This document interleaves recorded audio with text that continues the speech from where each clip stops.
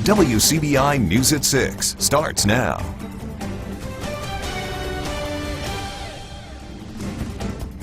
Good evening and thank you for joining us. 7 people are facing charges in Monroe County tonight after the Sheriff's Department raided a home there last night. Deputies conducted the raid just after midnight at a home on Bigby Road. Inside the home, they found drugs and a few stolen weapons. Our Quentin Smith talked to the Monroe County Sheriff today about today's bust and joins us in the studio with more on what happened. Quentin. Andrea, Monroe County deputies seized over 30 firearms during this raid.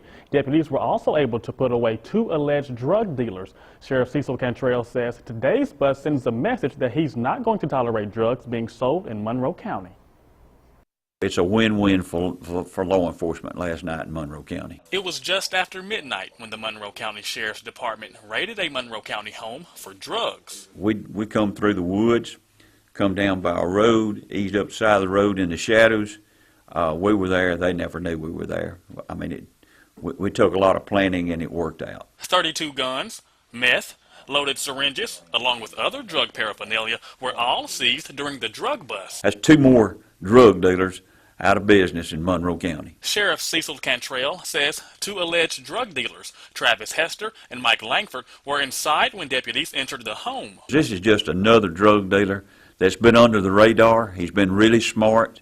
We had to really do a very thorough investigation to catch these people, and that's what we did. A total of 7 people were taken into custody, including Langford and Hester. We actually arrested 4 people in that house and charged. They're going to be charged with, drugs, possession of drugs, and with intent. Also, while we were there, another person pulled up and had drugs in their car to come down there to buy drugs. And then a little bit later on, another man, 2 men came in. They had a lot of stolen merchandise on them that was stolen here in our county. The sheriff is calling the raid a success, and he says keeping drugs off the street is something his department takes pride in. We're not going to have it. We're going to work hard every day to bring every drug dealer to justice. And we're doing that in Monroe County, and we're going to keep doing it because it's only right. Now, Sheriff Cantrell says this is still an open investigation and there could be more arrests to come. Andrea, back to you. All right, Quentin in our studio with that story. 22 people are behind bars tonight following a saturation arrest in West Point and Clay County Thursday night. Sheriff Eddie Scott tells us agents from the U.S. Marshal Service along with investigators from multiple agencies across the state assisted in the sting. The arrests range from traffic offenses, drug charges to felony circuit court indictments. Scott says the agencies will continue serving additional warrants in the coming days. A check cashing and title loan company with locations across the Golden Triangle is being shut down by the state. The Mississippi Department of Banking and Consumer Finance says All American Check Cashing repeatedly violated state lending laws about encouraging customers to only pay interest on loans and by letting consumers take out new loans to pay off old ones. The firm is being fined over $1 million and is being ordered to give refunds to some of the customers. The orders filed list the Columbus and Starkville locations as among those where state agencies witnessed the illegal transactions. All American can collect loans already in effect but will not be allowed to write new ones. All American is disputing the enforcement actions, even filing a state ethics complaint against a banking regulator. Residents of a Tupelo neighborhood got an early morning wake-up call, but not from thunder. Take a look at this video. This is security video taken at the intersection of South Green and Elliott Street just before 1 Friday morning. The driver of a car heading south apparently loses control and takes out a light pole there at the intersection. Tupelo police say the driver was able to walk away from the violent crash with no major injuries. The cause of the accident is still under investigation. Communication is reaching new levels in Noxubee County. A grant is helping to pay for an upgraded radio system there. Our Jory Talley joins us in the studio with more on the upgrade. Jory. Andrea, it allows law enforcement and first responders to have better communication while out doing their jobs. And it also makes the county up to date with federal and state regulations. When Noxubee County 911 Director Corey Brown took on his new role last year, better communication in the area was the goal. Brown and supervisors worked together to get a $200,000 grant to make the first major upgrade in over a decade. This system allows for much faster communication and allows for a much more reliable and safer working environment for all of our responders, whether it be law enforcement, fire, or medical. It also makes it possible for them to have signal in most of the county. With the new system, we're at about, I'd say, 85% coverage. But to give us the coverage we need, we're a long ways from getting 100%. The old radios only covered half of the county, causing cell phones to be used as backups. Before that, yeah, we're flying blind. We was dealing mostly with cell phones. And there's certain areas in Knoxville that even cell phones don't reach. But it's hard to dial and try to drive, or to be chasing and stop and try to dial. But the radio, only thing you got to do is just hit that button and you can be talking while you're running. You can also talk to more than just your agency and on more than just one channel. We're able to communicate with any agency, surrounding agencies, and we can go to one channel for every agency within the county to talk to each other. That's what Noxubee County Sheriff Terry Grassery says is the best thing about it all. They say the Highway Patrol come through. If we got a missing person or if we got a bad incident, no matter what any state agency that's come through, the only thing we got to do is channel up and change channel, and we all can communicate. Brown says upgrading the next system is the next goal, and the upgraded radio system is just the start of making the county 100% for community coverage. Andrea? All right, Jory in our studio with that story. Time for a first look at our forecast. Now we'll turn it over to Chief Meteorologist Keith Gibson for that. Keith?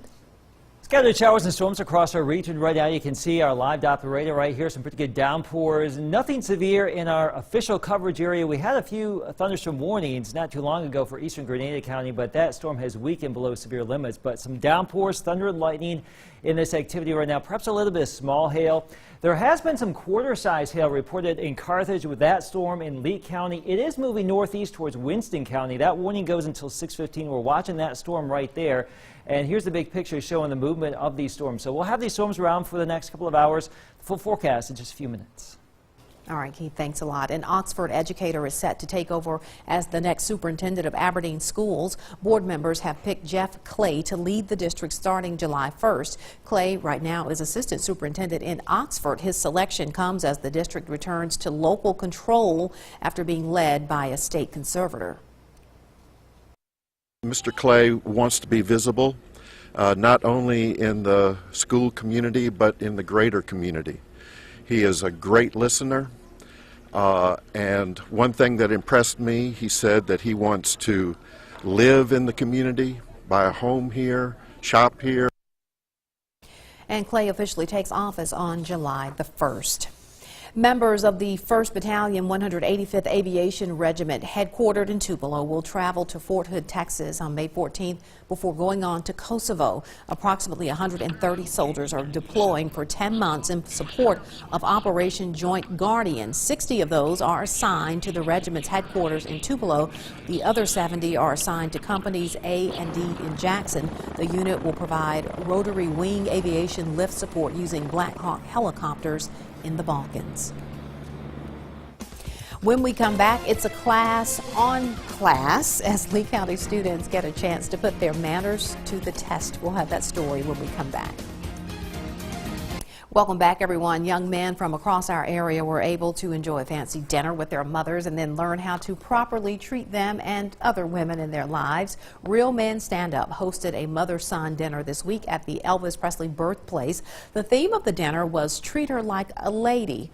I think that there's a song by Commodores, I think. I can't remember. Anyway, TCPS coach Sean Holliday spoke about the importance of showing respect to mothers and being courteous to everyone. It also included a dance and a time for the young men to give presents to their mothers. We want to show today's youth a positive way, and not just show them, but lead by example. Show them a positive way to treat their mothers. If you treat your mothers in a positive light and you're always respectful to your mothers, there's a high possibility that you'll treat your significant other with that same courtesy, love, and respect. Treat Her Like a Lady by the Temptations. A quick Google search. All right, Real Men Stand Up is funded through grants and private donations. Well, fourth graders at Verona Elementary School have spent the semester studying etiquette, and they recently got a chance to practice what they have been studying for 7 years. Buzzy and Catherine Mize have funded this project. It teaches children about table manners, how to handle interview situations, and other topics. This week, students and a few chaperones got to practice their skills at the Tupelo Country Club. Today, their teacher, Margaret Parker, had them to write thank you notes to the country club staff and to the Mize family. We want them to know manners because we want them to know that one day, if they stay in school, go to college, they can get a good job. They could be a member of a country club one day. We wanted to expose them to different things that they may or may not have experienced. Also, the class brings in guest speakers during that country club dinner. Still dry in downtown Columbus, a little bit of sunshine actually. We have scattered storms out there, so if you're heading out this evening, just tote the umbrella to be on the safe side. 70s now, 60s later on. The weekend, though, is looking great after we get the rain out of here tonight. Full forecast is next.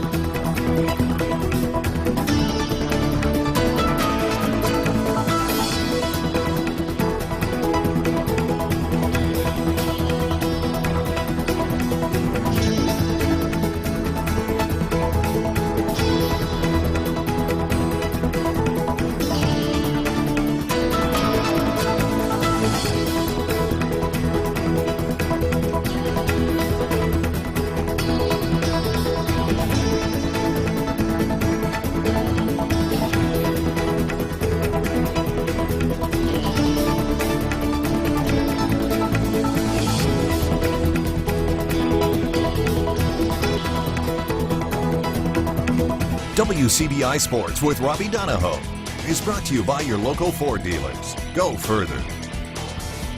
The Gold Gloves were out today in Ridgeland as the state championships on the line at Freedom Ridge Park. One area team had their sights set on going back to back. That's Moorville. The Lady Troopers facing Choctaw Central. With a win, they would repeat as 3A state champs, and a great start the second. 2 runners on for Kara Hayes, ripping a liner right. Abby McDonald scored, and Addison Biffle right behind. Lady Troopers take a 2-0 lead after 2. Bottom 3, Moorville's up 4-0 now. 2 runners on. Ainsley Basham ripping a shot to right. McDonald comes home to score. It's now 5-0 Moorville, and they would add more insurance for Hallie Donald on the circle here, as a wild pitch would bring home Morgan Herndon on the slide right there. She's safe. She's good. 6-0 lead for Moorville. Donald would finish it up with a strikeout. She was brilliant once again on the circle. Moorville, your back-to-back 3A state champs. 7-0 to win the final over Choctaw Central. Here's head coach Perry Wilburn and his team after the big win. There's no other feeling. I'm glad that we got to be back. Win or lose, I was just excited to be down here, and there's no feeling like this. It's awesome. It's a wonderful feeling to be down here with the same team, you know, for 2 years back to back, and just to know that we won both times, just the excitement that we had, and just coming out here and being able to come and play with no errors, everybody hitting, doing what we needed to do was just a great feeling. It's amazing, especially since it's my senior year and I've grown up playing with these girls, and it's just a great feeling to be able to do it again with them. I couldn't have ended on a better note.